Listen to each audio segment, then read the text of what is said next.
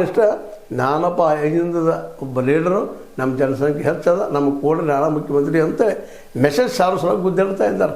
ಇಂಥ ಪ್ರಸಂಗದಲ್ಲಿ ಅವ್ರು ಹೋಗ್ತಾರೆ ಅಂತ ಹೇಳಿಕ್ಕೆ ಸಾಧ್ಯ ಇಲ್ಲ.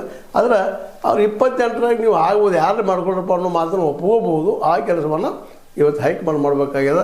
ಮತ್ತು ಹೈಕಮಾಂಡ್ ಮುಂದೆ ಏನು ಸಮಸ್ಯೆ ಇತ್ತು ಅದಕ್ಕೆ ಬಿಟ್ಟಂಥ ವಿಷಯ.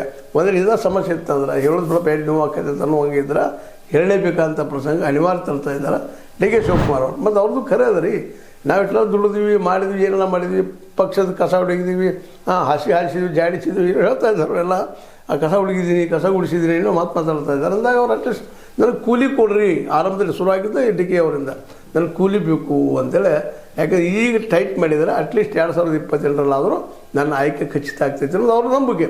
ಅದಕ್ಕಿನ್ನ ಇರುವಂಥದ್ದು ಒಂದು ಹಾದಿ, ಇದು ರಾಹುಲ್ ಗಾಂಧಿ ಅವರನ್ನು ಹೇಳಬೇಕು, ಬಗೆಹರಿಸಬೇಕು. ಸ್ವತಂತ್ರವಾದ ಮೀಡಿಯಾಗೆ ಬೇಕಾಗಿರುವುದು ಸ್ವತಂತ್ರ ಧ್ವನಿ. ಆ ಸ್ವತಂತ್ರ ಧ್ವನಿ ಉಳಿಸಲು ನೀವು ಮಾಡಬೇಕಾದದ್ದು ಇಷ್ಟೇ. ಅದೇನಪ್ಪಾ ಅಂತಂತಂದ್ರೆ ನಿಮ್ಮ ಕೈಲಾದಷ್ಟು ಸಹಾಯ ಈ ಚಾನಲ್ಗೆ ಮಾಡಿ ಹಾಗೂ ನಿಮ್ಮ ಧ್ವನಿಯನ್ನು ಕಾಪಾಡಿಕೊಳ್ಳಿ. ಇಲ್ಲಪ್ಪ ಅಂದ್ರೆ ಪಾರ್ಟಿಗೆ ಹೊಡೆದು ಬೀಳ್ತದೆ ಅನ್ನೋದು ಎರಡು ಮಾತಿಲ್ಲ.